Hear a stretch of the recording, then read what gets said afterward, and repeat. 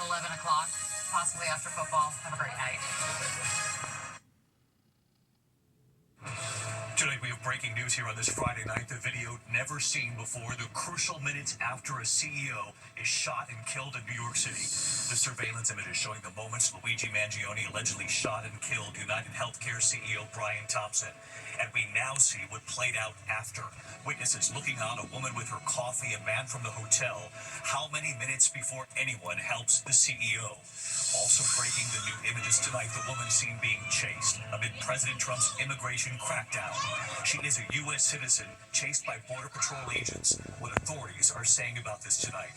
The pipe bomb suspect who put Washington, D.C. on edge. The surveillance in Pierre Thomas tonight on the alleged motive now revealed, why they say he did it. The dangerous deep freeze from Chicago to the Northeast, what's now coming this weekend. Lee Goldberg has the forecast. Tonight, the 911 calls we have never heard before. The Texas families calling for help. The flooding is very, very bad. Staffers at Camp Mystic, where 27 girls and counselors died, pleading for help too, and the demands that changes be made. Tonight, new reporting that second deadly U.S. military strike on that boat. More than 40 minutes between the first strike and the second one. And now a source telling ABC News after the initial strike, the survivors holding onto that capsized boat could be seen waving. Tonight, the controversial move by a CDC advisory panel handpicked by Secretary Robert F. Kennedy Jr. Newborns and a key vaccination recommendation now changing. Dr. Richard Besser and his reaction tonight. Just in this evening, we've reported on those self-driving cars racing past stopped school buses, picking up children. The stop sign out. There's major news coming in on this tonight. This evening, the World Cup 2026 draw. Who will the U.S. be playing? And in honor of President Trump. We remember one of the world's most celebrated architects tonight, Frank Gehry, and the buildings in the U.S. and all over the world that have drawn millions. Tonight, actress Goldie Hawn and her tearful tribute to a friend who was moving. And Martha Raddatz takes us to Pearl Harbor, America Strong. From ABC News World Headquarters in New York, this is World News Tonight with David Muir. Good evening. We do begin tonight with the breaking news, the chilling new video never seen before, now showing the crucial moments after Luigi Mangione allegedly shot and killed that healthcare CEO Brian Thompson outside a New York City hotel. We have all seen the surveillance video showing the gunman sneaking up behind the victim, opening fire. But tonight, for the first time, we see what happens afterward. The witness on the street, a woman with her coffee, a man from the hotel, and several minutes go by before anyone tends to that CEO who had just been shot, lying on the sidewalk. Here's our chief investigative correspondent, Aaron Katersky, leading us off. Tonight, we're seeing newly released video of the chilling moments after Luigi Mangione allegedly shot and killed United Healthcare CEO Brian Thompson outside a New York City hotel. You can see the shooter walk toward the victim, appearing to briefly glance down as he lay dying on the sidewalk before turning to cross the street, then starting to run, disappearing down an alley. This woman, holding her coffee, seems to hear the first shot. She flinches as Thompson stumbles, then seems to look straight at the gunman, still taking aim, before she runs off. Seconds later, a man in the hotel steps outside, looks toward Thompson crumpled on the ground, and starts pointing in the suspect's direction. But it would be 3 minutes before police arrive and tend to the CEO, another 8 minutes until an ambulance pulls up. They're looking for a male, about 5 feet 10 inches in height, cream-colored jacket, black mask, black gloves. As police launched a manhunt across the city, they allege Mangione escaped on a bike, dumped a backpack in Central Park, then hailed a taxi before he hopped a bus out of town. That never-before-seen video, a window into those moments when Thompson, a father of two, lay dying in the street before police could arrive. Mangione's attorneys have been trying this week to get critical evidence against him thrown out from the case. That effort will continue next week, David. Eric Katersky leading us off on a Friday night. Aaron, thank you. We move on tonight here to the alarming new images this evening. A woman seen being chased by federal agents near New Orleans, screaming to be left alone. She's a U.S. citizen being chased by Border Patrol. But Homeland Security is now saying tonight it comes amid similar scenes playing out across the country as President Trump's immigration crackdown grows. Pierre Thomas with the images tonight. Tonight, harrowing video showing a woman frantically running away from federal agents in Louisiana. President Trump's nationwide immigration crackdown intensifies. Masked border agents chasing that woman on foot as she screams in fear, running into her house as her stepfather races outside, initially thinking she was being kidnapped, demanding answers. That woman was a 23-year-old U.S. citizen. DHS saying in a statement, all agents left the area as soon as they determined the individual in question was not who they were looking for. That incident comes after federal agents pulled this woman out of a car during a border operation in Florida as she screamed she was a U.S. citizen.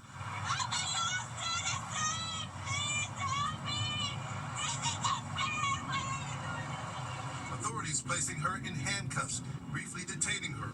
Officials say she was driving her undocumented boyfriend's car and refused to comply with orders to identify herself.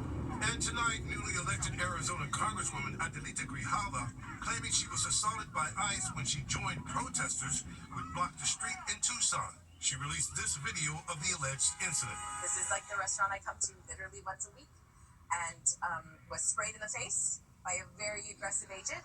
But tonight, Homeland Security officials pushing back, saying Grijalva was not targeted, but near someone who was pepper sprayed, as they were obstructing and assaulting law enforcement.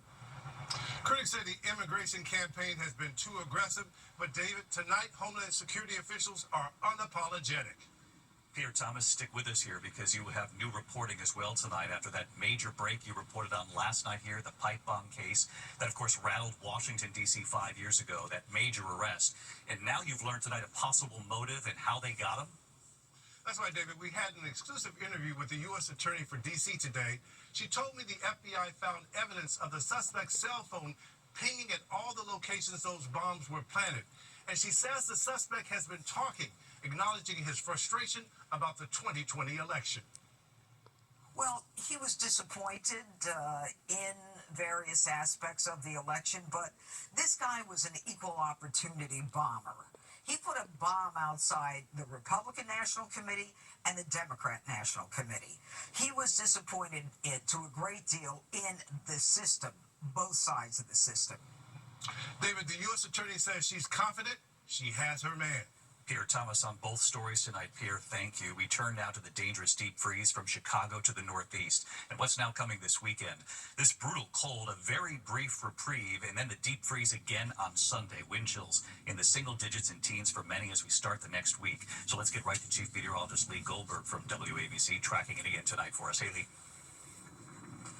Hey, David. While the big chill is briefly easing here in the Northeast, the Arctic reinforcements are coming right in to parts of the upper Midwest. I mean, look at these brutal temperatures in Minneapolis into Chicago over the weekend into early next week. It'll feel like it's above freezing in New York for a couple days, and the Arctic chills back Monday, and that's going down to D.C. and Atlanta, too.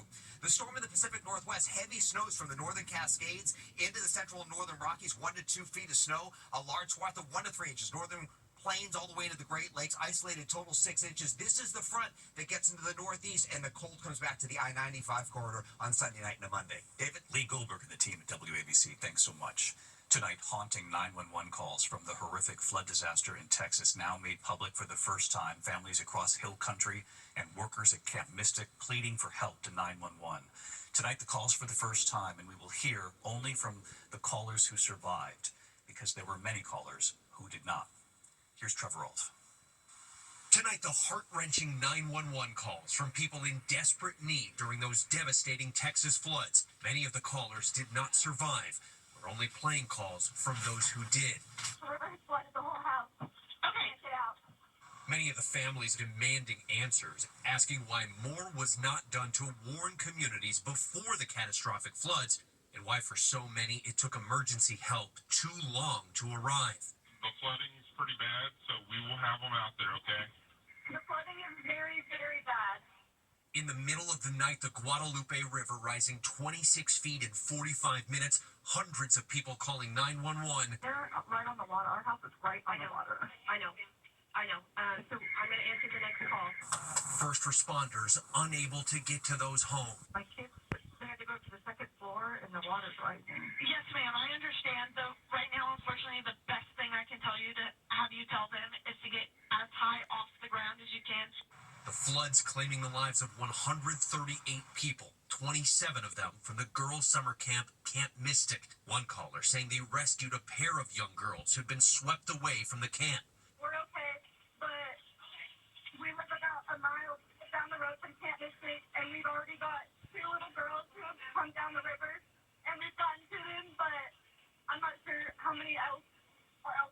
In the aftermath, Texas officials promised they would install a flood warning system. That still hasn't been funded, but local officials are vowing to have sirens in place by next summer.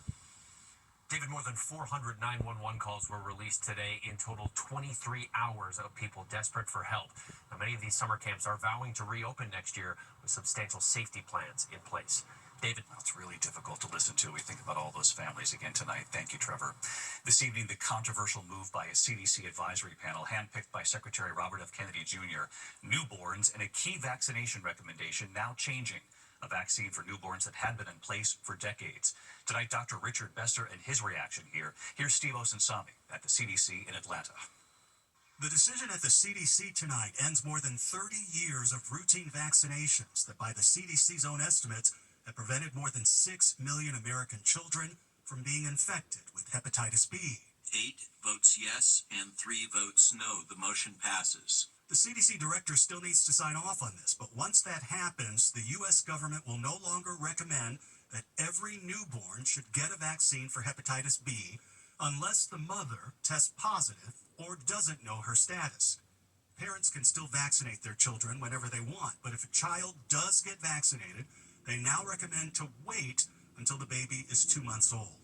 These changes are coming from the new advisors picked by Health Secretary Robert F. Kennedy Jr., a longtime vaccine skeptic who filled the panel with at least 6 members who share his feelings. It's actually very important to illustrate to the public the different opinions and different perspectives. Dr. Richard Besser is the former acting director of the CDC. I can no longer tell people that they should look to the CDC for the best information about how to protect their children. Dr. Sue Wang was at the meetings, trying to talk them out of this. She was born before newborns were getting the shot and unknowingly contracted hepatitis B from a family member. She says the vaccine helps spare her children. For me, I'm a mother with 4. I have hepatitis B. I cannot tell you how relieved I am that my baby's got Hep B vaccine, and all 4 of them are hepatitis B free. Across public health, there are now doctors and scientists who are once again telling American parents not to listen to recommendations coming from this building directly behind me. They underline that a child can get hepatitis unknowingly from any member of the family, not just the mother, and they stress that this is a serious disease, a lifelong infection of the liver. David? Steve Osunsami at the CDC tonight. Steve, thanks. Tonight, new questions for the Pentagon as new details now emerge about that second strike on a suspected drug boat that killed 2 survivors. A source now telling ABC News that after the initial strike, more than 40 minutes passed before the second missile was fired. Another source who watched the video says those survivors had been clinging to the overturned boat, appearing defenseless. The source says at one point the men were waving to something overhead. The Republican chairman of the Senate Intelligence Committee says it showed a, quote, lawful and righteous attack. Tonight here, tributes to one of the world's most celebrated architects, Frank Gehry, has died. Legendary architect Frank Gehry created some of the most awe-inspiring buildings ever designed. Most notably in northern Spain, the Guggenheim Museum Bilbao, clad in titanium, opening in 1997, 1.3 million visitors in its first year. Frank Gehry once said they asked him to build a museum unlike any other. We want the building to have a presence in the community. We want it to be strong. We want our little mud pies in great buildings. There was the Walt Disney Concert Hall in Los Angeles, opening in 2003. In Paris, the Fondation Louis Vuitton Museum in 2014. He was early in his embrace of computer technology, willing to break the rules of architecture. Back in 1978, the home he redesigned in Santa Monica, California, his son Alejandro there, right in the front yard. A wood frame home originally, he then surrounded it with plywood, metal, chain link, living there for 4 decades with his family. Born in 1929 in Toronto, as a boy he would work part-time in his grandfather's hardware store. The family would move to L.A., and he would take pride so many decades later when his celebrated Walt Disney Concert Hall opened just a few miles from where he grew up. Frank Gehry died at home in Santa Monica today at 96. Frank Gehry tonight, in his own words. I don't want to impose myself for the ages on anybody's life with a building. There it is. It's yours. Now make it into what you need it to be. In his own words, Frank Gehry and his work B celebrated tonight. When we come back here, Martha Raddatz takes us to Pearl Harbor. Also, actress Goldie Hawn here, her tearful tribute to a friend, and it was moving. Also had heart-stopping moments as deputies worked to save a 4-year-old girl from a house fire. You'll see this. And the World Cup 2026 draw, who will the U.S. be playing? A lot of eyes on this today, and the answer in just a moment here. Tonight here, heart-stopping moments as deputies save a 4-year-old girl from a house fire just outside Milwaukee. The deputies were following the child's cries they could hear from inside as smoke filled that home. The officers then finding her and carrying her to safety. Officials say the child's mother did not survive this. There's no word on what started that fire, but the child is safe tonight. Now to those self-driving cars we reported on this week here. Tonight there's late word coming in from the company behind them, Waymo, now issuing a recall for those cars. The images we showed you, those vehicles racing past stopped school buses in Austin, Texas for one. While the buses were picking up children, the stop sign out. At least 19 times since the start of the school year. Waymo issuing a statement tonight saying, quote, holding the highest safety standards means recognizing when our behavior should be better. When we come back here tonight, the stage is now set for the World Cup. Who will the U.S. be playing? And actress Goldie Hawn and her tearful tribute tonight to a friend. To the index of other news tonight, setting the stage for the 2026 Men's World Cup, the matchup of 48 teams taking shape. The U.S., Canada, and Mexico, of course, serving as host nations. During the ceremony for today's draw, FIFA honoring President Trump with its first ever FIFA Peace Prize. The president sharing the stage with Canadian Prime Minister Mark Carney and Mexican President Claudia Sheinbaum. The U.S. placed in Group D. The U.S. will face Paraguay in Inglewood, California, June 12th. Then they'll face Australia in Seattle on June 19th. A third opponent will be determined later. We'll be following, of course, tonight a tearful Goldie Hawn paying tribute to her dear friend, Diane Keaton. Hawn getting choked up as she honored Keaton at the Hollywood Reporter's Women in Entertainment Gala. She starred with Keaton in First Wives Club, and she suggested Diane Keaton is now one of the stars above. She is a star. And if we can have a fantasy, which I do, is that stars are really people who died a long time ago that did something really good for the world. I think maybe that's where she is right now.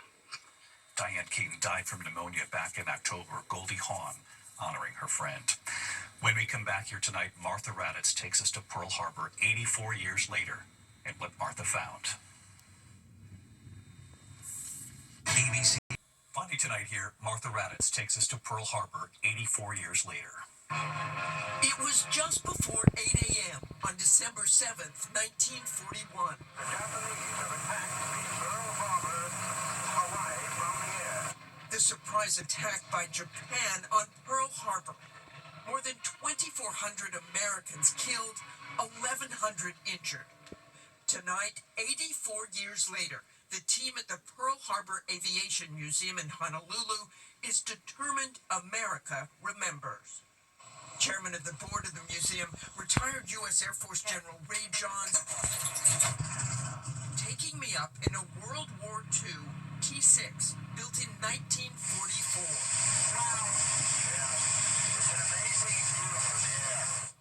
Showing us the view Japanese fighter planes had over the USS Arizona when they bombed it.